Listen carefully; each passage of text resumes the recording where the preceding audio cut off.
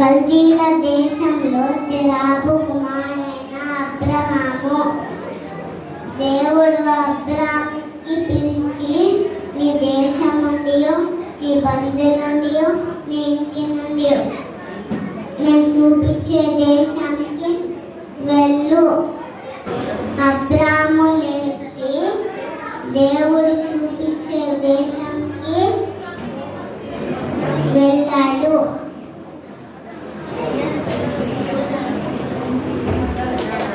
ఈ స్టోరీ ద్వారా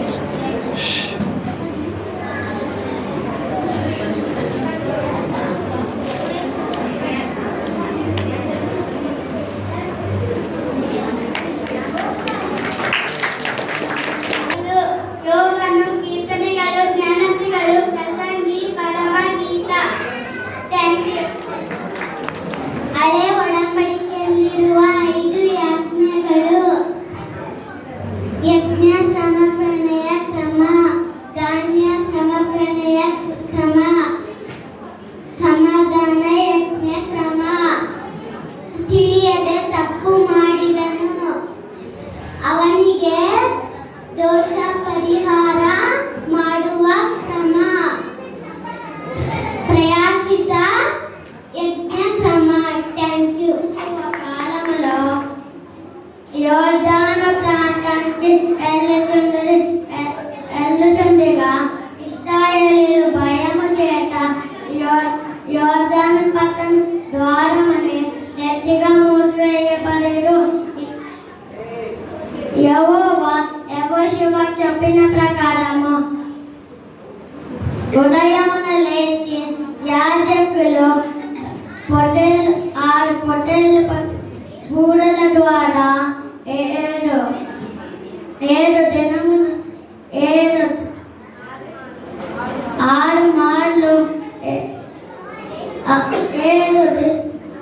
దినమున పట్టణం చుట్టూ తిరిగి, ఏడో దినమున బూరల ద్వారా జనులు కేకలు వేయగా ప్రకారం కూలెను. ఈ కథ నుండి నేర్చుకున్న పాఠం, ప్రార్థన అనే బూరల ద్వారా ఇలాంటి ఎరికో గోడల కష్టాలు, శ్రమలు జయించగలము. Thank you. వచ్చిన పెద్దలకందరికీ వందనాలు. నా పేరు పెంటిపల్లి యాంసి శేఖర్. యెహోషు కుమారుడైన గిద్యోను, ఎరుబాయేలును మారుపేరు గల గిద్యోను. దేవుని పిలుపు విని దాని ప్రకారం చేసిన గిద్యోను. ఎర్ర రొట్టె లాంటి గిద్యోను.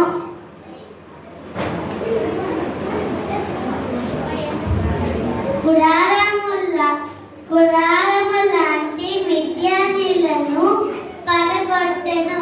దేవుని సాయంతో ఇశ్రాయేలును 40 సంవత్సరాలు నిమ్మలంగా ఉంచినాడు. Thank you. My name is Ravam Raj. I am studying in 2nd standard. 10 commandments. First, no other gods. Second, make no idols. Third, do not take the Lord's name in vain. Fourth,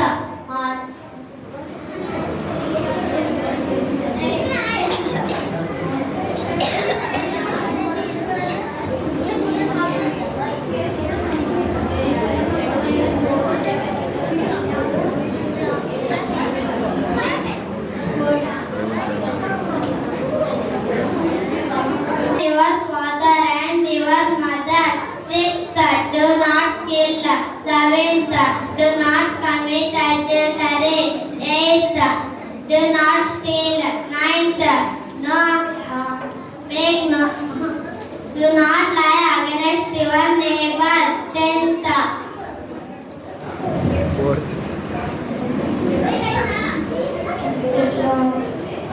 do not covet. Thank you. Studying class 3rd.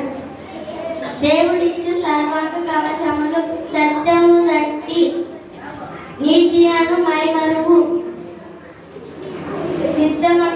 జోడు.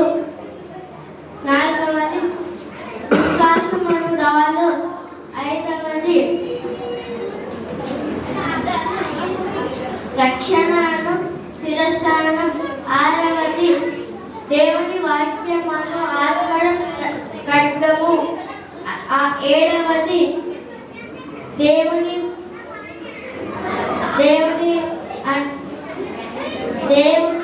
ప్రతిదినము ప్రార్థన.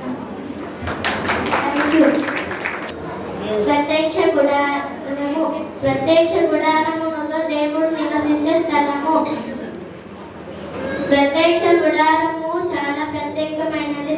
ఇశ్రాయేలీయులు 40 సంవత్సరాల అరణ్య మార్గములు దేవుడిని ఆరాధించేవారు. ప్రత్యక్ష గుడారములో 3 భాగాలుగా చేయబడినది. మొదటిది ఆవరణము, 2వది పరిశుద్ధ స్థలం, 3వది అతి పరిశుద్ధ స్థలం. ఆవరణములో 2 వస్తువులు ఉన్నవి. మొదటిది దహన బలిపీఠము, ఇత్తడి దండాలు. 2వది పరిశుద్ధ స్థలం. పరిశుద్ధ స్థలములో 3 వస్తువులు ఉన్నవి. మొదటిది సన్నిధి రొట్టె బల్ల, ధూపార్తి, ధూప వృక్షం. అతి పరిశుద్ధ స్థలంలో 2 వస్తువులు ఉన్నవి. మందసము, కరుణాపీఠము. యాజకుడు ఇశ్రాయేలీయులు పాపం చేసినప్పుడు వారి పాపం నిమిత్తం బలి అర్పించేవారు. మేకలు, గొర్రెలు, కోడిలు తెచ్చుచుండిరి. వారి నిమిత్తం యాజకుడు వాటిని బలి అర్పించేవారు. ఇప్పుడు మన ప్రధాన యాజకుడైన యేసుక్రీస్తు మన పాపముల కొరకు బలి అయ్యాడు. మనము దేవుని ఆలయమై ఉన్నాము. మనము దేవుని మన హృదయంతో ఆరాధించేవారే ఉన్నాము. Thank you.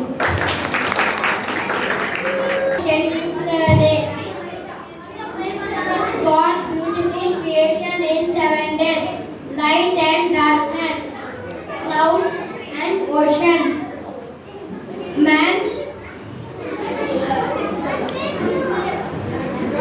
land, plants and trees, sun, moon and stars,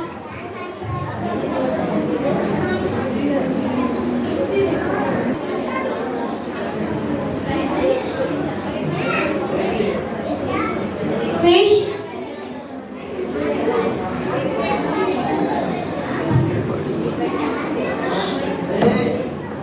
and birds.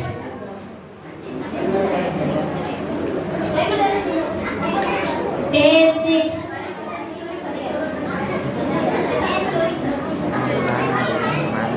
Man and woman. God rested.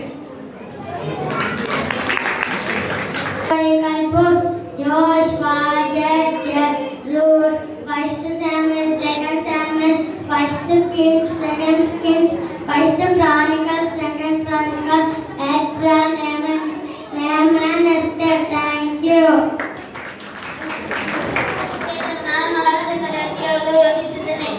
ದಶಾಜ್ಞೆಗಳು. ಇಸ್ರಾಯೇಲರು 400 ವರ್ಷಗಳ ಕಾಲ ಐಗುಪ್ತ ದೇಶದಲ್ಲಿ ದಾಸತ್ವದಲ್ಲಿ ಇದ್ದರು. ಅವರನ್ನು ಬಹಳ ಹಿಂಸಿಸುತ್ತಿದ್ದರು. ಇಸ್ರಾಯೇಲರು ದುಃಖದಿಂದ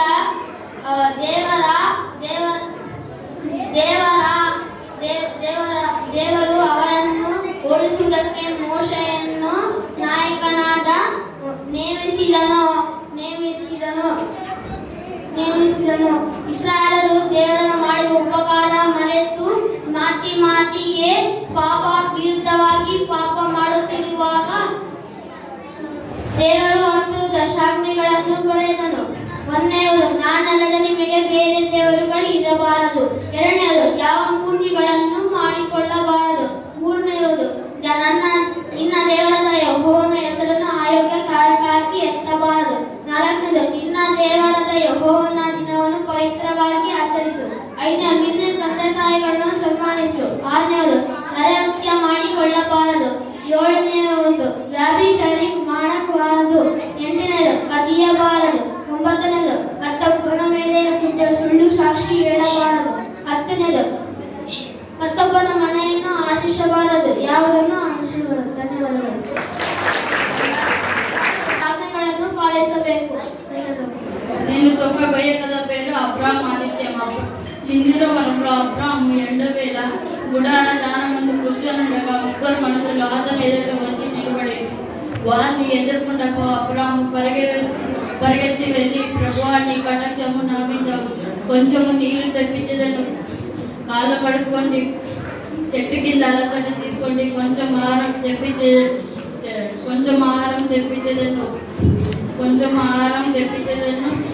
మీ ప్రయాణంలో బలపరచుకోండి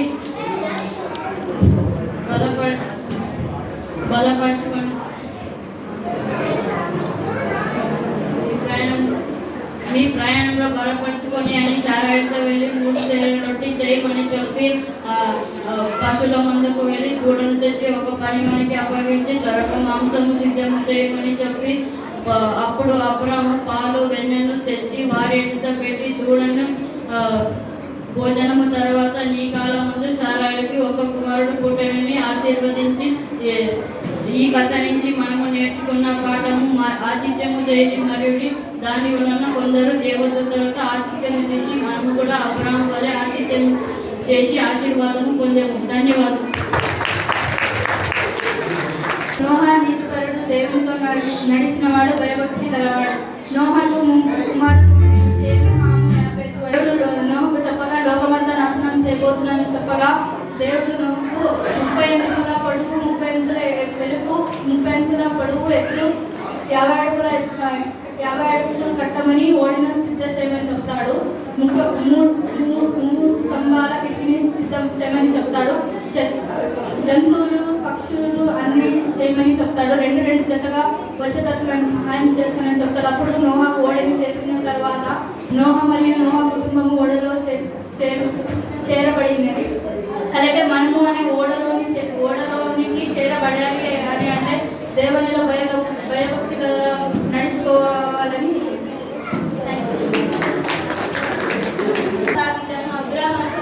ಅಬ್ರಾಮನ ಬಳಿ ಭೇಟಿ ಬಂಗಾರವಿದ್ದ. ಅವನು ಪಶುಗಳನ್ನು ಪಾಲನೆ ಮಾಡುವ ವ್ಯಕ್ತಿ ಆಗಿದ್ದನು.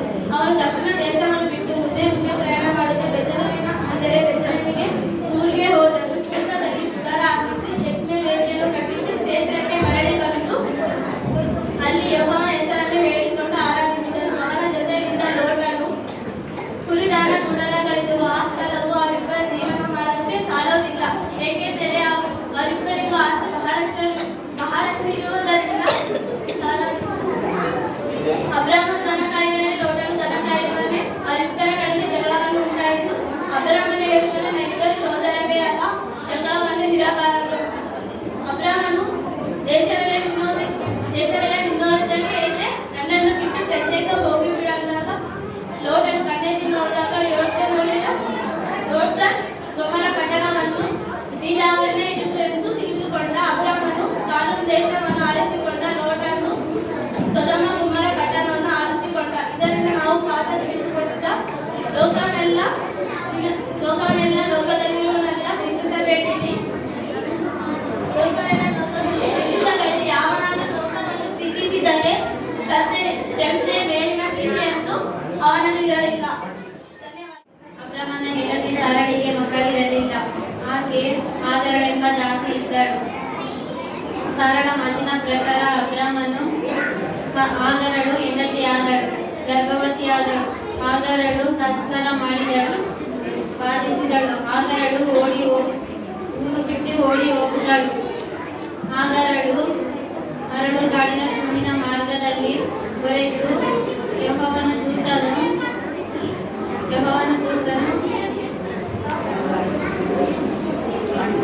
ಕಾಣಿಸಿತು. ಹಾಗೆ ಯೆಹೋವನ ದೂತನು ನೀನು ಎಲ್ಲಿನಿಂದ ಬಂದು ಎಲ್ಲಿಗೆ ಹೋಗುತ್ತೀಯ ಎಂದು ಅಂದನು. ನಾನು ನನ್ನ ಯಜಮಾನಿಯಾದ ಸಾರಳದಿಂದ ಓಡಿ ಹೋಗುತ್ತೇನೆ ಎಂದು ಅಂದನು. ಆಗ ಯೆಹೋವನ ದೂತನು ನೀನು ನಿನ್ನ ಯಜಮಾನಿಯಾದ ಯೆಹೋವನಿಂದ ಬಳಿಗೆ ತಗ್ಗಿ ನಡೆಸಿಕೋ, ಹೋಗಿ ಇರು ಅಂತ ಅಂದನು. ಆಗ ಯೆಹೋವನ ದೂತನು ನಿನ್ನ ಗರ್ಭದಲ್ಲಿ ಇಷ್ಮಾಯೇಲ್ ಎಂಬ ಜನಿಸುತ್ತಿದ್ದಾನೆ, ಅವನಿಗೆ ಇಷ್ಮಾಯೇಲ್ ಎಂಬ ಹೆಸರಿಡಬೇಕು ಎಂದು ಅಂದನು. ಆಗರಳು ನನ್ನನ್ನು ನೋಡುವಾತನು ಎಂದು ಹೆಸರಿಟ್ಟನು. ಧನ್ಯವಾದಗಳು. పేరు దేవుడు ఎలీషా ప్రార్థనకి ఆలోచిస్తున్నాడు. ఏలి అనేక ఊళ్ళకు వెళ్ళి ఈ స్వాత చెప్పుతున్నాడు. అప్పుడే కొన్ని బాల ప్రజలు బాల విగ్రహాన్ని పూజించడం చూసి ఏం చేస్తున్నారు మీరు? బాల దేవుడు కాదు, దేవుడు నిజమైన దేవుడు కాదు, నిజమైన దేవుడు అని చెప్తారు. అయితే బాల ప్రజలు యేసయ్య దేవుడు కాదు, బాల దేవుడే యేసయ్య. అప్పుడు ఎలీషా 2 బలిపీఠాలను సిద్ధం చేయండి, దానిలో 2 ఎద్దులను నరికి దాంట్లో వేయండి, కానీ నిప్పు అంటించదని చెప్తారు. కానీ ఇప్పుడు ఎలీషా మీ దేవునికి ప్రార్థన చేసి ఈ అగ్ని రావాలని ప్రార్థన చేయంటారు. అప్పుడు బాల ప్రజలు ప్రార్థన చేసి చేయి రక్తం ఉంటారు. అయినా బలిపీఠంలో తీసుకురాలి. అప్పుడు ఎలీషా తమాషాగా మీ దేవుడు నిద్రపోతున్నాడేమో, పొద్దున పూటలో కలగలుగుతున్నాడేమో అని తమాషా చేసి నిజమైన దేవుడిని ప్రార్థన చేసి ఆ పరలోకం నుంచి ఆ నిప్పు పైనుంచి కిందకి వచ్చి బలిపీఠంలో నీళ్ళు వేసిన ఆరోగ్యం అని చెప్పి యేసయ్యను నిజమైన దేవుడు చెప్తున్నారు. థ్యాంక్స్.